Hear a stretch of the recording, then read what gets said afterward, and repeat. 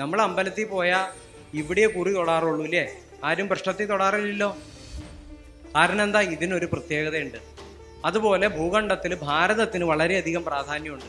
ഞാൻ ഏത് കോടതിയിലോ ഏത് ജയിലിലോ പോകാൻ ഞാൻ തയ്യാറാണ്.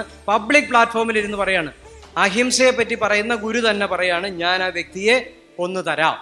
ആർക്ക് വേണ്ടി ആരെയും ഞാൻ കൊല്ലുന്നില്ല, അല്ല ഒരു കൊല്ലുന്നുമില്ല, അത് ചാകുന്നുമില്ല എന്നാണ് എന്റെ ബോധ്യം. അപ്പൊ ഞാൻ കൊല്ലുന്നില്ല. ശരി, ഇപ്പൊ നമ്മള് ഒരു ജീവിയും കൊല്ലുന്നില്ല, ആരും ചാവുന്നുമില്ല എന്നുണ്ടെങ്കിൽ സങ്കല്പത്തിൽ അതിനെ അങ്ങ് ചെയ്താൽ പോരെ? ശവക്കറി കഴിക്കുമോ എന്നുള്ള? ശവം കഴിക്കില്ല, ഊർജം സ്വീകരിക്കും. ഓക്കെ, അപ്പൊ ശവക്കറി കഴിക്കുന്ന തന്നെ വിചാരിക്കാം. ഈ ക്ഷേത്ര ആചാരങ്ങളും ഈ പറയപ്പെടുന്ന വിശ്വാസങ്ങളും ഒക്കെ ആളുകള് എന്തോ അതങ്ങനെ ചെയ്യരുതെന്ന് ആരൊക്കെയോ പറഞ്ഞു, അല്ലെങ്കിൽ അതുകൊണ്ട് അതങ്ങനെ അങ്ങ് ആചരിക്കാം എന്ന് ചിന്തിക്കുന്നവരാണ് കൂടുതൽ. ഒരു ഉദാഹരണം പറഞ്ഞാൽ, കഴിഞ്ഞ ദിവസം ഒരു വലിയ വഴിത്തർക്കം. അപ്പോൾ ഞാൻ അവിചാരിതമായിട്ട് അവിടെ ചെന്നു. അപ്പോൾ ഞാനൊരു നിർദ്ദേശം വെച്ചു. അവിടെ ഒരു ക്ഷേത്രമുണ്ട്, ഇവരുടെ കുടുംബക്ഷേത്രം. ഞാൻ പറഞ്ഞു, നമുക്ക് അങ്ങനെ വഴി വെട്ടി വന്നാൽ ഈ കുടുംബക്ഷേത്രത്തിന്റെ സൈഡിൽ കൂടി ഒരു 4 മീറ്റർ എടുത്തു കഴിഞ്ഞാൽ വഴിയാവും. അപ്പോൾ കൂടെ നിന്നുള്ളത് അത് പറ്റത്തില്ല. ഞാൻ വെച്ചാൽ അതെന്താ? ക്ഷേത്രത്തിന് സമീപത്തോടെ വഴി വെട്ടാൻ പറ്റത്തില്ല. ഞാൻ വെച്ചാൽ അതെന്താ? വീട്ടിൽ പെൺകുട്ടികളൊക്കെ ഉണ്ട്, ഇവര് മെൻസസ് ആവുന്ന സമയത്ത് പോകണം. ഞാൻ പറഞ്ഞു, അതിനെന്താ, മതിൽക്കെട്ടിന് പുറത്തല്ലേ, കുഴപ്പമൊന്നും ഉണ്ടാവില്ല. അത് പറ്റില്ല. അതെന്താ? ഞായറാഴ്ച ഞാൻ വീട്ടിൽ ബീഫ് മേടിക്കും, എനിക്ക് മീൻ മേടിക്കും, ഇതിലെ കൂടെ കൊണ്ടുവരണം, അമ്പലത്തിന് മുന്നിൽ കൂടി ഇത് കൊണ്ടുവന്നുകൂടാ. അപ്പോൾ ഇവർ വിചാരിച്ചു വെച്ചിരിക്കുന്നത് ക്ഷേത്രത്തിന്റെ മതിൽക്കെട്ടിന് പുറത്തൂടെ കൊണ്ടുവന്നാലേ കുഴപ്പമുള്ളൂ, ഇത് കഴിച്ചിട്ട് ക്ഷേത്രത്തിൽ പോകുന്നതിന് കുഴപ്പമൊന്നുമില്ല എന്ന് ചിന്തിക്കുന്നവരാണ്. അപ്പോൾ നമ്മൾ ജനിച്ചു വീണപ്പം മുതൽ നമുക്ക് ചുറ്റുപാടുമുള്ള സമൂഹം എന്താണോ ശീലിച്ചു പോരുന്നത്, അതിനെ ശീലിച്ചു വരുന്നവരാണ് നമ്മൾ ഓരോരുത്തരും. അതുകൊണ്ടാണ് ഇതിന്മേൽ പല ചർച്ചകൾ ഉണ്ടാകുന്നത്. എനിക്ക് തോന്നുന്നു ഈ വിഷയത്തിൽ തസ്മൈ ഗുരുജിക്ക് കുറച്ചുകൂടി കൂടുതൽ പറയാനുണ്ടാകും. അദ്ദേഹം ഇപ്പോൾ ബാബാജി പറഞ്ഞു, ആചാരങ്ങളുടെ പേരിൽ അത് വിധിക്കപ്പെട്ടവൻ അത് ചെയ്യാമെന്ന്. അദ്ദേഹം ഇതൊന്നും പാടില്ല എന്ന് പറയുന്നതാണ്. പക്ഷേ ബാബാജി പറഞ്ഞതിൽ ഒരു കാര്യം കൂടിയുണ്ട്. പാകിസ്ഥാൻ തീവ്രവാദികൾ ഇന്ത്യയിലേക്ക് കടന്നു വരുമ്പോൾ നമുക്ക് നോക്കി ഇരിക്കാൻ പറ്റില്ലല്ലോ, അപ്പോൾ അത് ഹിംസയാകില്ലേ? ഈ വിഷയത്തിൽ തസ്മൈ ഗുരുജിയുടെ വാക്കുകൾ കേൾക്കാൻ ആഗ്രഹമുണ്ട്. ഞാൻ ശരിക്കും ഒന്നും മിണ്ടാണ്ടിരിക്കണം നല്ലത്. കാരണം എന്താന്ന് ചോദിച്ചു കഴിഞ്ഞാൽ, നിങ്ങൾക്കൊക്കെ ഭക്ഷണത്തിനോടാണ് ഇത്ര പ്രാധാന്യം. നിങ്ങൾക്കൊന്നും ബ്രഹ്മം എന്താണെന്ന് അറിയണ്ട. ഇത് ഒരു സ്പിരിച്വാലിറ്റി വേദിയാണ്. ഇവിടെ വന്നിരുന്ന് കാലത്തെ തൊട്ട് തീറ്റയുടെ കാര്യമാണ് പറയുന്നത്. ഉച്ചയ്ക്ക് തിന്നാ പോരെ? അല്ല, ഇതൊന്നും മാറ്റി വയ്ക്കുക. ഇനി സപ്പോസ് വിചാരിച്ചോ, എനിക്ക് 6 വയസ്സ് 7 വയസ്സ് 10 വയസ്സുള്ള പിള്ളേരെ വലിയ ഇഷ്ടമാണ്. ഞാൻ അവരെ വിളിച്ചിട്ട് മോശമായിട്ട് അങ്ങ് പെരുമാറാണ്. എന്നോട് പെട്ടെന്ന് ഒരു ദിവസം നിർത്താൻ പറഞ്ഞാൽ എനിക്ക് മാനസികമായിട്ട് ഭയങ്കര ബുദ്ധിമുട്ട് വരും. അതുകൊണ്ട് കുറേശ്ശെയായിട്ട് എന്നെ മാറ്റിയെടുക്കണാണോ നല്ലത്? അല്ല, നിങ്ങൾ കൈയടിക്കാൻ ചോദിക്കണതല്ല, നമ്മൾ ചിന്തിക്കേണ്ട കാര്യമാണ് വിവേകമായിട്ട്. ഇവിടെ ഗ്രന്ഥങ്ങളെല്ലാം എഴുതി വെച്ചത് ഗുരുക്കന്മാരാണ്.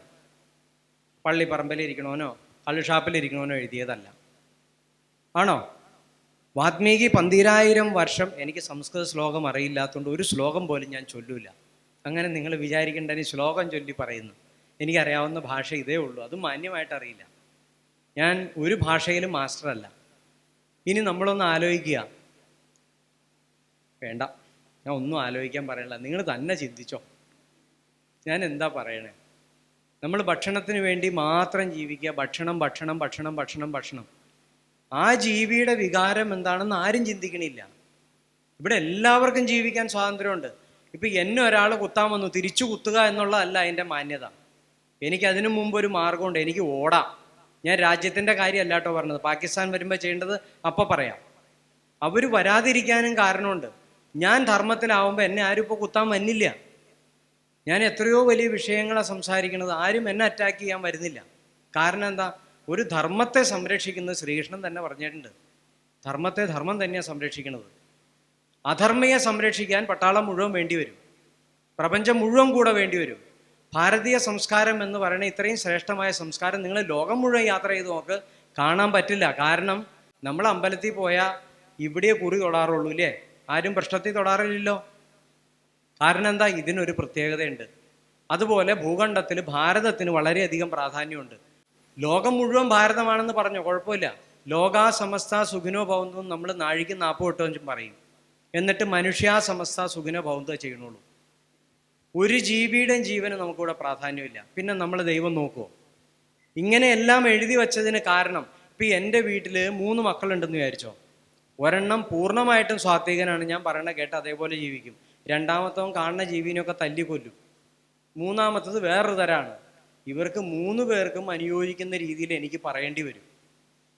ഇത് വേറൊരു ഒരു തലമാണത്. അങ്ങനെ ഞാൻ അവരെ അംഗീകരിപ്പിച്ച് പതിയെ പതിയെ മാറ്റുക എന്ന് പറയുന്നത്. പ്രാപഞ്ചിക നിയമം എന്ന് പറയുന്ന ഒരൊറ്റ നിയമമേ ഉള്ളൂ. ഈ പറയുന്ന സാമൂഹിക നിയമം, ഈ പറയുന്ന നമ്മുടെ രാജ്യത്തിൻ്റെ നിയമങ്ങൾ പ്രാപഞ്ചിക നിയമമായിട്ട് ഒരിക്കലും കണക്കൂട്ടാൻ പറ്റില്ല. രാജ്യത്തിൻ്റെ നിയമം അനുസരിച്ച് ഒരാളെ കൊല്ലണം, ഏതെങ്കിലും ഒരു കോഴിയോ പട്ടിയോ അങ്ങോട്ട് ഇങ്ങോട്ട് ഓടിച്ചിട്ട് യുദ്ധം സാധനമായിട്ട് ഗണ്ണുമായിട്ട് പിന്നെ പീരങ്കിയായിട്ട് പോയി വെടിവെക്കണ്ടോ? ഇല്ല.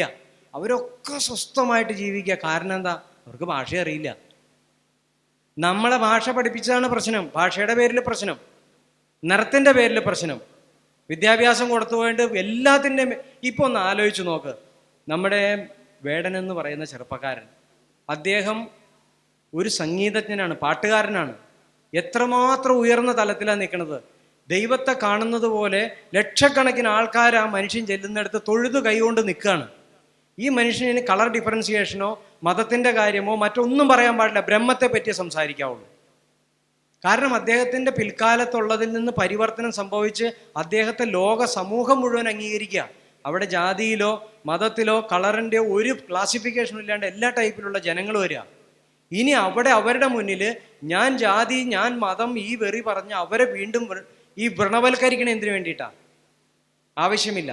അപ്പം ഒരാൾ ഉയർന്നു കഴിഞ്ഞാൽ പിന്നെ ഉയർന്ന തലത്തിൽ നിന്നിട്ടാണ് സംസാരിക്കേണ്ടത്.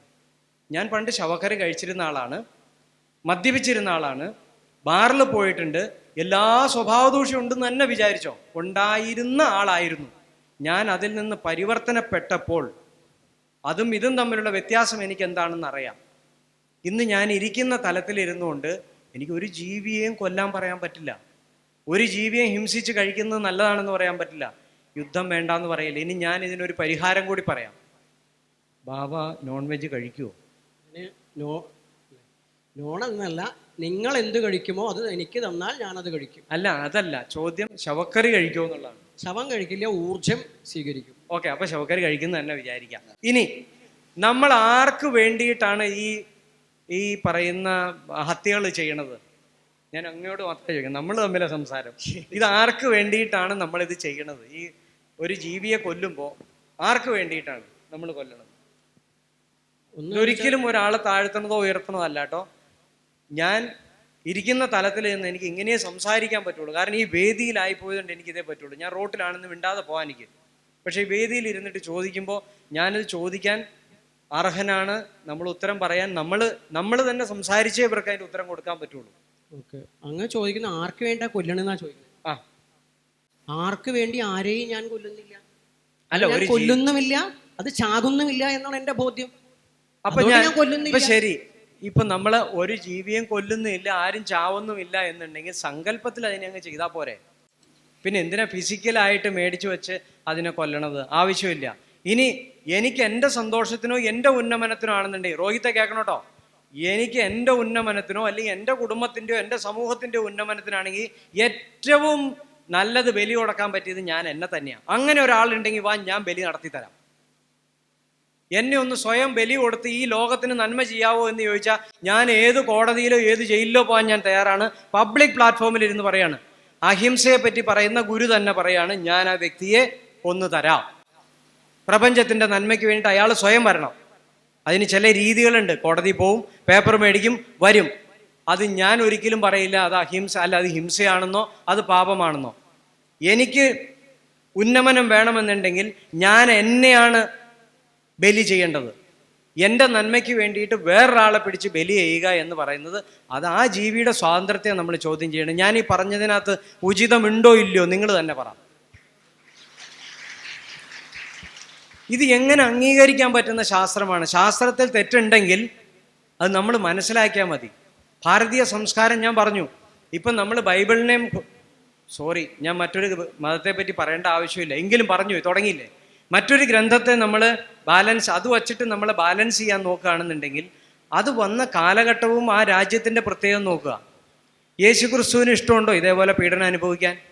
ആ രാജ്യത്തെ സകല മനുഷ്യർ ഇത്തരം പീഡനത്തിൽ കൂടെ കടന്നു പോണത്. കാരണം ആ കാലഘട്ടത്തിൽ കല്ലെറിഞ്ഞു കൊല്ലുക, അല്ലെങ്കിൽ അത്ര പൈശാചികമായിട്ട് ആളുകളെ ഉപദ്രവിക്കുക, പിടിച്ചു വയ്ക്കുക, പീഡിപ്പിക്കുക, ഇതൊക്കെ അവരുടെ വിനോദത്തിൽപ്പെട്ടതായിരുന്നു. ആ കാലഘട്ടത്തിൽ ഒരു എന്താ പറയുക യുഗപുരുഷനായിട്ട് ജീവിച്ചു വന്ന നമ്മൾ ഈ പറയുന്ന ശ്രീനാരായണ ഗുരുവിനെ പോലെയോ അല്ലെങ്കിൽ നമ്മുടെ ദൈവങ്ങളെ പോലെയോ സത്യം മാത്രം പറഞ്ഞ് ജീവിച്ച ഒരു ഗുരുവായിരുന്നു യേശു ക്രിസ്തു. അദ്ദേഹത്തിന് ഈ പീഡനം അനുഭവിക്കേണ്ടി വന്ന അദ്ദേഹത്തിന് അറിയാം എന്നെ നാളെ ഇതൊക്കെ സംഭവിക്കുന്നത്. ഈ വേദിയിലിരിക്കണ എനിക്കറിയാമെന്നുണ്ടെങ്കിൽ ഞാൻ ഈ ബാക്കിൽ കൂടെ ഡോറ് കടന്ന് കടന്നു പോകും. ആ മനുഷ്യൻ്റെ ഒരു മനസ്ഥിതി എന്തായിരുന്നു ആലോചിച്ച് നോക്ക്. ലോക നന്മയ്ക്ക് വേണ്ടി നിന്ന് ബലിയാടായി കൊടുത്തു. ആ ജീവിതം ശരിക്കും അഭിനയിച്ച് അല്ലെങ്കിൽ അനുഭവിച്ച് കാണിച്ചു കൊടുത്തു. അതാണ് ത്യാഗം. അല്ലാണ്ട് അതിന് പകരം ആടിനെ കൊണ്ടുവന്ന് കൊല്ലുവോ, എനിക്ക് പകരം അതിനെ കൊല്ലുന്നു പറയുകയോ ഇതല്ല ഇത്. ഇവിടെ അവനവൻ്റെ സുഖത്തിന് വേണ്ടി വേറെ ജീവികളെ കൊന്ന് ഭക്ഷണമാക്കി അവനവൻ്റെ സുഖം കണ്ടെത്തുക. അവിടെ ഒരു സംശയം ചോദിച്ചോട്ടെ? തീർന്നില്ല. ഇവിടെ ഞാനിനി എൻ്റെ കാര്യം പറയാം. ഇവിടെ നിങ്ങളെല്ലാവരും ഇരിക്കല്ലേ, ഞാൻ ഇന്നും രാവിലെ നിങ്ങൾ വന്ന സമയത്ത് വന്ന ഇവിടെ ഇരിക്കണ ഭക്ഷണത്തിൻ്റെ അങ്ങോട്ട് പോട്ടെ, നമ്മളൊക്കെ ഭക്ഷണം കഴിക്കാതെ എത്ര പേർക്ക് ഇരിക്കാൻ പറ്റും? കൈപൊക്ക്. അന്ന് ഒരു കാര്യം ചെയ്ത് ത്യാഗം ചെയ്ത് നമുക്ക് കാണിച്ചു കൊടുക്കാം. ഇത്രയും പേരൊന്നും ഉച്ചയ്ക്ക് ഭക്ഷണം കഴിക്കണില്ല. എങ്ങനെയുണ്ട്? ഞങ്ങൾക്ക് ശവവും വേണ്ട, ഒരു മണ്ണാങ്കട്ടയും വേണ്ട. ഞാൻ അതല്ല പറഞ്ഞത്. ഞാൻ പറഞ്ഞതിൻ്റെ ആന്തരികാർത്ഥം മനസ്സിലാക്കണം. നമുക്ക് വിശപ്പുണ്ടെങ്കിലാണ് ഭക്ഷണത്തെ പറ്റി ചിന്തിക്കുന്നത്. മനുഷ്യൻ്റെ ക്വാളിറ്റിയെ പറ്റി നമ്മളൊന്ന് ചിന്തിക്കണം. നമുക്ക് വേട്ടയാടി തിന്നേണ്ട കാര്യമില്ല. നമുക്ക് അച്ഛനുണ്ട്, അമ്മയുണ്ട്, ഭാര്യയുണ്ട്, മക്കളുണ്ട്, കുടുംബമുണ്ട്, കുടുംബാംഗങ്ങളുണ്ട്, സ്വന്തക്കാരുണ്ട്. എനിക്ക് വിശക്കുവാണേ എന്തെങ്കിലും തന്നെ എന്ന് പറഞ്ഞാൽ ആരെങ്കിലും തരാനുണ്ടില്ലേ? ഒരു കോഴിക്ക് അങ്ങനെയല്ല. അതിന് അന്നന്നത്തേക്ക് അപ്പപ്പോൾ പോയി ചിക്കി ചതഞ്ഞ് കണ്ടു എത്തി കഴിക്കണം. അതിന് കൃഷി ചെയ്യാൻ അറിയില്ല. അതിൻ്റെ സൈക്കിൾ എന്തോ ആവട്ടെ, അത് അതിൻ്റെ കർമ്മഫലം അനുഭവിച്ചോളും. അതിൻ്റെ കർമ്മഫലത്തിൽ നമ്മളോട് എടുക്കാൻ ആരാ പറയുന്നത്? നമുക്ക് വിവേകമുണ്ടെങ്കിൽ വിവേകത്തിനനുസരിച്ചാണ് നമ്മൾ ജീവിക്കേണ്ടത്. എങ്ങനെ ജീവിക്കണം? നമുക്ക് കൃഷി ചെയ്ത് ഈ കർമ്മഫലങ്ങളില്ലാത്ത സ്വാത്വികമായിട്ടുള്ള ഭക്ഷണങ്ങൾ കഴിക്കാൻ നമുക്ക് കഴിവുണ്ട്. നമ്മളത് കഴിക്കുക. അതിൽ നിന്നുകൊണ്ട് നമുക്ക് ശൗര്യം ഉണ്ടാക്കാൻ പറ്റും. ഇതേ ഞാൻ തന്നെയാണ് പറഞ്ഞത്. സ്വാത്വികമായിട്ട് ജീവിക്കുന്ന ഒരാളാണ് പറഞ്ഞത് ഞാൻ ഹത്യ ചെയ്യാന്ന്. അതെന്തിനു വേണ്ടിയിട്ടാ? ധർമ്മത്തിന് വേണ്ടിയിട്ടാണെന്നുണ്ടെങ്കിൽ ലോകത്തിന് മുഴുവൻ ഞാൻ കാണിച്ചു കൊടുക്കുകയാണ്, ദേ ഇത് ചെയ്യാൻ ഞാൻ തയ്യാറാണെന്ന്. ധർമ്മത്തിന് വേണ്ടിയിട്ട് ചെയ്യും. അതാ ശ്രീകൃഷ്ണൻ ചെയ്തത്. അതാണ് ഈ പറയുന്ന നമ്മുടെ സകല ഗ്രന്ഥങ്ങളിലും പറഞ്ഞിട്ടുള്ളത്. ഒരു ഗ്രന്ഥത്തിലും പറഞ്ഞിട്ടില്ല ഒരു ജീവിയെ കൊന്ന് നീ ബലി കൊടുത്താൽ ഞാൻ സന്തുഷ്ടനാവുന്നു. ഞാൻ ചോദിച്ചോട്ടെ ഗുരുജി? ചോദിച്ചോളൂ. ഈ സാധാരണഗതിയിൽ ചിലർ ചോദിക്കാൻ ഇടയുള്ള ഒരു ചോദ്യമാണ്. ഇപ്പോൾ കൂടുതലുമായി ഉപയോഗിക്കുന്നത്, മാംസത്തിന് വേണ്ടി ഉപയോഗിക്കുന്നത് ബ്രോയിലർ ചിക്കനുകളാണ്. ഈ മുട്ട വിരിയുന്നതോ ഈ കോഴി മണ്ണിൽ നടക്കുന്നതോ ഇല്ല. പ്രകൃതിയുമായിട്ട് ഇതിനൊരു ബന്ധമില്ല. കൂട്ടിൽ വിരിയുന്നു, കൂട്ടിൽ വളരുന്നു, കൂട്ടിൽ തന്നെ വധിക്കപ്പെടുന്നു. മനുഷ്യനുണ്ടാക്കുകയാണ്, ആർട്ടിഫിഷ്യലായി ഉണ്ടാക്കുകയാണ്, മനുഷ്യൻ തന്നെ കൊല്ലുകയാണ്, മനുഷ്യൻ തന്നെ ഭക്ഷണമായി ഉപയോഗിക്കുകയാണ്. ഇത് ഇത്തരത്തിൽ പാപത്തിൽപ്പെടുന്ന ഒന്നാണോ? അതെ, ഗുരുജിയോടാണ്. ഞാനിന്ന് പോരുന്ന സമയത്ത് എൻ്റെ അടുത്തിരിക്കുന്ന ഈ ആചാര്യൻ ആരാണെന്നൊന്ന് മനസ്സിലാക്കാൻ വേണ്ടി ഞാൻ ബാക്കിൻ്റെ വീഡിയോയിൽ ഇങ്ങനെ സ്ക്രോൾ ചെയ്ത് നോക്കിയപ്പോൾ ഞാനൊരു വീഡിയോ കണ്ടു. 2 കാലില്ല, ശരീരം മുഴുവൻ തളർന്നു കിടക്കുന്ന ഒരു വ്യക്തി കിടന്നുകൊണ്ട് കോഴിയെയും താറാവിനെയും വളർത്തുകയാണ്. എൻ്റെ മനസ്സിൽ തോന്നി എന്താണെന്നറിയാമോ? ഇവനൊന്ന് ചത്ത് കിട്ടിയായിരുന്നു ഇത്രയും ജീവികൾ രക്ഷപ്പെട്ടതിനുള്ളൂ. കാരണം എന്താണെന്നറിയോ? ഈ ഒരു പിശാച് പിടിച്ചവൻ ജീവിച്ചിരിക്കുന്നതുകൊണ്ട് എത്രയോ ജീവജാലങ്ങളാണ് വേദനിക്കുന്നത്. അതിനെ നാളെ കൊല്ലുക എന്ന് അതിനെ അറിയാം. അതിനെ കൊല്ലാൻ വേണ്ടി വളർത്തിക്കൊണ്ടിരിക്കുക. രോഹിത്തിനെ പിടിച്ച് ഇതേപോലെ കെട്ടിയിട്ടേച്ച് കൊല്ലാൻ വേണ്ടി വളർക്കണ്ട. വെറുതെ കെട്ടിയിട്ട് കഴിഞ്ഞാൽ രോഹിത്തിന് സന്തോഷമാവുമോ? അങ്ങനെയാണെങ്കിൽ ഗുരുകുലങ്ങളിലും ആശ്രമങ്ങളിലും ഈ കന്നുകാലികളെ വളർത്തരുത്. കന്നുകാലിയെ തുറന്നിട്ടാണല്ലോ വളർത്തണേ. ഗുരുകുലങ്ങളിൽ ഒരിക്കലും കന്നുകാലിയെ കെട്ടിയിട്ട് വളർത്തില്ല. കെട്ടിയിട്ട് വളരുന്ന ക്ഷേത്രങ്ങളുണ്ട്, ആശ്രമങ്ങളുണ്ട്. അത് നമ്മുടെ ഇന്നത്തെ സമൂഹവുമായിട്ട് ഒരിക്കലും കമ്പയർ ചെയ്യില്ല. ഗുരുകുലം എന്ന് പറയുന്നത് ഗുരുക്കന്മാരുടെ കുലമാണത്. ആ ഗുരുവിനെ സംരക്ഷിക്കുന്നത് രാജാക്കന്മാരായിരുന്നു. ഇന്ന് ഗുരുക്കന്മാരെ സംരക്ഷിക്കണ എനിക്കറിയാൻ പാടില്ല, ഞാൻ പറയില്ല. ഉത്തരം മുട്ടിക്കാൻ ചോദിച്ചിട്ട് കാര്യമില്ല. നിങ്ങൾ ചോദിച്ചോ. ആ ചോദ്യത്തിന് നിങ്ങളുടെ ഉള്ളിൽ തന്നെ അതിനൊരു എന്താ പറയുക റെലവൻസ് അല്ലെങ്കിൽ അതിനൊരു ഇമ്പോർട്ടൻസ് ഉണ്ടെന്ന് നിങ്ങൾക്ക് തോന്നണം. ഇപ്പോഴത്തെ കാലഘട്ടത്തിൽ ഇങ്ങനെയാണല്ലോ, അതങ്ങനെയാണല്ലോ, ഇതിങ്ങനെയാണല്ലോ എന്നല്ല. ഈ ഭാരതീയ സംസ്കാരത്തിൻ്റെ ചരിത്രം എന്ന് പറയുന്നത് 10-25,000 വർഷമുണ്ട്. നമുക്കൊന്നും എണ്ണാൻ പറ്റില്ല. കാരണം ബ്രഹ്മം എന്താണെന്ന് നമ്മൾ ഒരിക്കൽ അനുഭവിച്ചാൽ, ഇപ്പം ഈ മണി മുടങ്ങുന്നത് ഒരു മുസ്ലിമിൻ്റെ ആണെന്നുണ്ടെങ്കിൽ നമ്മൾ മിണ്ടാണ്ടിരിക്കണം, ഇല്ലേ? ഈ സ്വാതന്ത്ര്യം ഹിന്ദുവിനേ ഉള്ളൂ. ഇവിടെ എണീറ്റ് നിൽക്കണം, അതെ ഹജാൻ വന്നു, മിണ്ടാണ്ടിരിക്കണം. എനിക്ക് ദൈവത്തോട് ബഹുമാനമുണ്ട്, ഇവിടെ മിണ്ടാതിരിക്കൊന്നും വേണ്ട.